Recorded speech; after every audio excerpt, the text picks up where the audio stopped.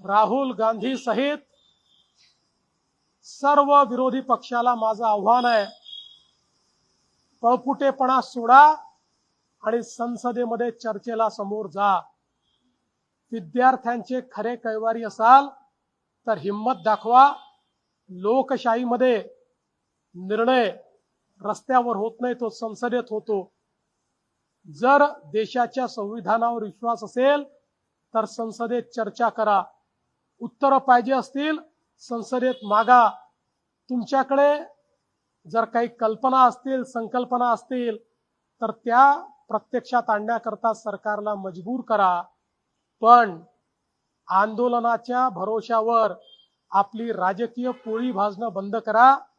या ठिकाणी खरोखर विद्यार्थ्यांच्या हिताचे निर्णय घ्यायचे असतील तर चर्चेच्या माध्यमातूनच ते होतील. मोदीजींनी विद्यार्थी हिताला सर्वोपरी ठेवण्याचा निर्णय घेतलेला आहे आणि विशेषतः पेपर लीकच्या संदर्भात फास्ट ट्रॅक कोर्ट तयार करून या सगळ्या अपराध्यांना शिक्षा देण्याचा निर्णय मोदीजींनी केलेला आहे.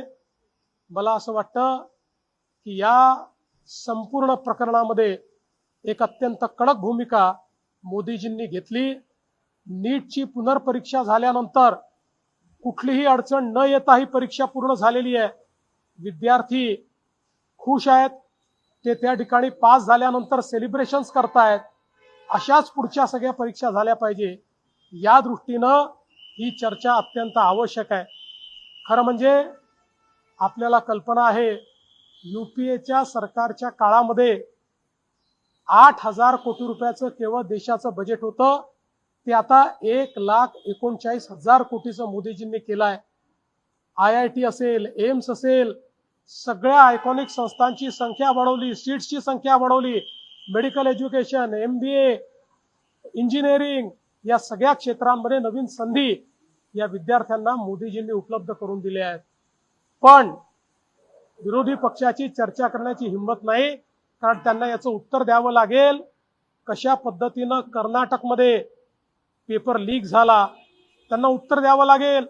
कशा पद्धतीनं तेलंगणामध्ये पेपर लीक झाले, आप पार्टीला उत्तर द्यावं लागेल. पंजाबमध्ये कशा प्रकारे लीक झाले, काँग्रेसला उत्तर द्यावं लागेल.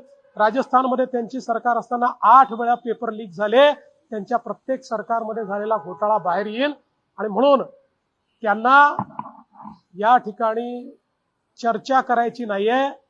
अराजकता हीच केवळ मानसिकता आहे. अराजकतावादी मानसिकतेत नाही चाललेलं आहे.